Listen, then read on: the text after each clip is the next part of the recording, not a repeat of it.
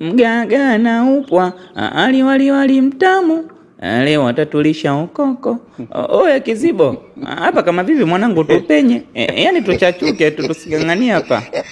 Mzee anaonekana anataka tukutupige kabisa mwanangu. Nyie vijana, mbona mnaondoka tena? Mmesikia bakula mama mkimbia, mngebaki niwaonyeshe mbwa. Da. Yaani tumbo la nisokonyola, bavu zangu hadi zinanibana kupumua napata shida. Na ubaya muda uendi kabisa. Mimi tumbo linaniuma. Yaani humu stoki mpaka nipashe kipolo. Na hisi miogo ya jana ya iftari ilibaki humu ndani kwenye friji. Kama hamna miogo yenyewe mtu mzima leo naomboka humu. Nitakufa na njaa huku najiona. Au mama Abedi kapika miogo kule. Sema nitaenda vipi na mimi mke wangu anajua nimefunga? Si nitaonekana kobe mtu mzima. Hapa nifanyaje? Hebu ngoja niangalie mbadala inakuaje. Huyu mume wangu yupo wapi? Mbona sasa simuoni? Si nilimwacha hapa sebleni amekaa au kaenda kulala? Maana yeye anashinda kujikaza kama wa kiume. Muda wote anashinda kulalamika tu. Utafikiri kufunga kalazimishwa. Na wakati anafunga kwa faida yake yeye na muumba wake. Lakini bado analalamika tu usiku kucha. Muone kwanza. Na muda wa zana ushafika, muda wa swala. Sijui yupo wapi. Wewe mume wangu uko wapi? Hebu toka kwanza ukuje uswali. Mume wangu. Nipo uani huko mke wangu. Huyu mbona sauti kama inatokea jikoni? Anafanya nini huko jikoni? Na wakati muda huu kafunga. Na anavyochukia jiko yule mwanaume. Imekwaje leo kaenda jikoni? Anaweza akawa anapakua chakula huko. Maana muda wote alikuwa analalamika saumu kali. Huyu mwanaume anashinda kujishika kabisa. Yaani anakuwa kama mtoto mdogo. Kidogo tu analalamika njaa. Sikafunga huyo. Wewe mume wangu, mbona kama upo jikoni? Nakuja. Sasa mbona domo zito hivyo kama umeshindilia kidakatonge kwenye hilo koo lako? Au unakula huko mume wangu? Hebu niambie. Mume wangu, hivi kweli ulikuwa uwani wewe au ulikuwa upo jikoni? Mbona ulikuwa unaongea kama umetofiliwa koo? Au ulikuwa upo jikoni unakula vile viazi? Mume wangu acha kuongopa ujue. Uniongopei mimi, unamwongopea Mola wako. Unaniambia mimi umefunga kumbe upo huko jikoni unajishindilia.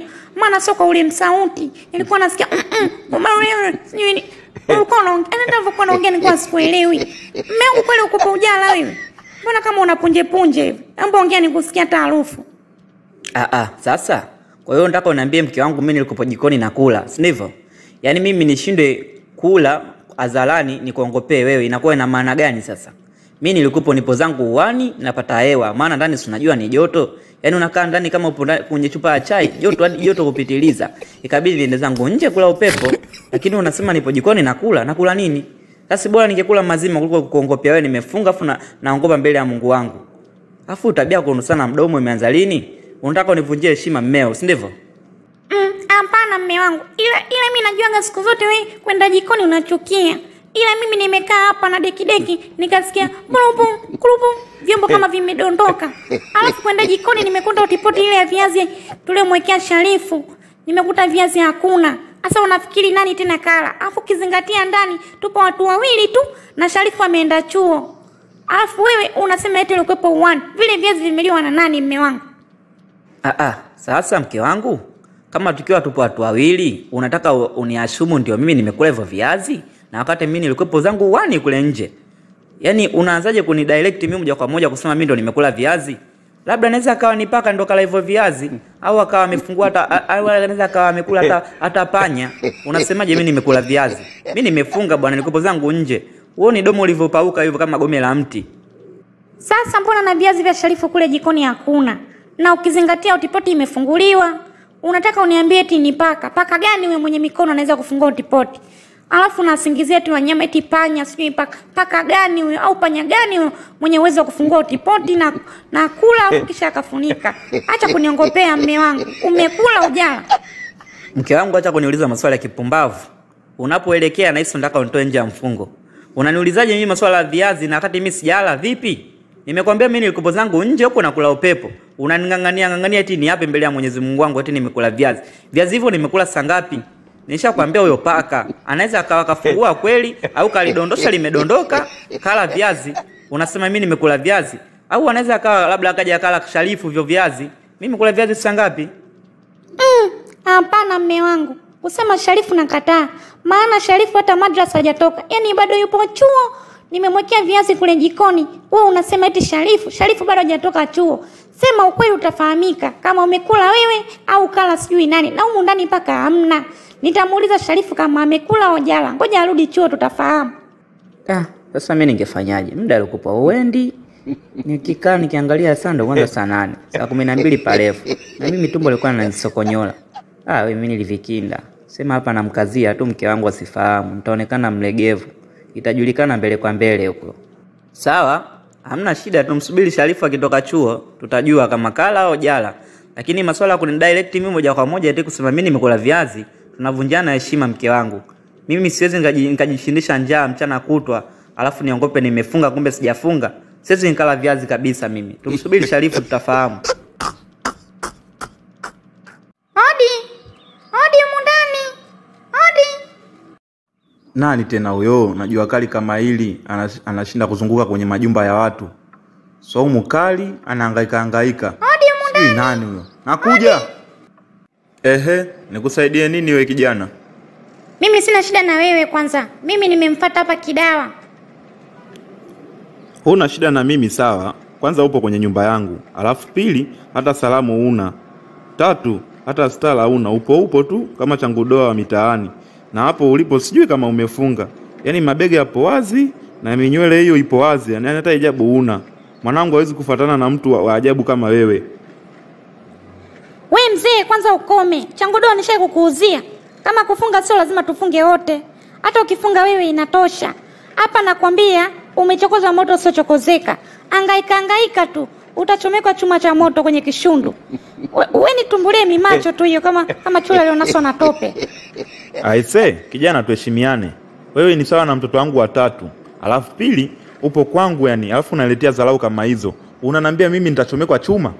Alafu 3 unanambia mimi ninatoa mamacho kama chula lionaswa na tope. Acha dharau, usifanye tukaribia na funga. Upo nyumbani kwangu, unaweza kufanya chochote ninachoweza. Yaani unaniambia mimi mtu mzima hivyo eti macho amenitoka kama nimenaswa na tope kweli? We baba, tena nayaweza, na hapo tena nimekonea huruma. Yaani wewe hapo ulipo, una kichwa kibaya kama ramani ya mkojo kwenye shuka. Mashavu yamekushuka kama ngozi ya kwapa. Yaani wewe hapo ulipo, akili inataka lakini mwili hautaki. Yaani upo tu kama chula aliyepindisha kizazi. Wewe toka bwana hapa. Toka hapa, sio ukanikorofisha kabisa. Hebu ondoka. Mimi nimefungwa sio kanitoa nje ya mfungo. Maana unapoelekea unataka unitoe nje ya mfungo kabisa. Unanitukana mzee kama mimi unanitukana. Kwanza upo nyumbani kwangu. Alafu pili unakuja unaongea vitu vya kijinga. Toka hapa. Alafu we mzee usinisukume. Au una kipembe mnato kinakusumbua kwenye kishundu. Maana naona saumu yako inakupelekesha. Unaanza kuwakasirikia watu wasio kusumbua. Wewe vipi? Hiyo saumu yako kama inakusumbua nenda kale. Acha kusumbua watu. Muone na kikofia chako umeninginiza kwenye chogo. Uso umekukomaa, mwangalie. Niache bwana, usinikele mie. Tutatibuana sasa hivi, mwenyewe nimevurugwa kama wewe. Kidawa, shogangu Kidawa. Yaani wewe mbishi kama mshipa wa mavi. Nimekwambia Kidawa amelala. Unamuita mtu amelala anaitikaje? Inaonekana darasani uko wa mwisho kabisa wewe. Sijui uelewi. Ukome wewe baba. Wewe na mwanao ndio mishipa ya mavi. Kuelewa ni wagumu. Mimi nimekuja hapa kiurahisi tu. Nimekwambia na shida ya Kidawa. Unaanza kuleta mafalsafa yako. Mara sijui umefunga, sijui nini. Inakuhusu nini? Mimi nimetoka nyumbani kwangu mlango nimefunga. Unataka nifunge nini? Mwangalie kichwa kibaya kama kidonge cha diklopa. Oya mjomba, mbona unashindwa kufanya mambo yako? Yaani mpaka unihusishe na mimi kwenye matatizo yako. Sasa ulikuwa wewe unanisukumizia mimi matatizo yako mbele ya ule mzee Bakari ndo Kibogile. Ili iweje? Mind your business dogo janja. Fight with your own problem. I'm not your prophet. Mimi sio mtume kusema kila tatizo naweza kulitatua mwanangu. Yaani nakwambia tungepigwa mle ndani. Mimi lazima ningekutafuta ule yani na nikakubonda. Yaani unaletaje udoko alafu kizingatiwe ni atuiume.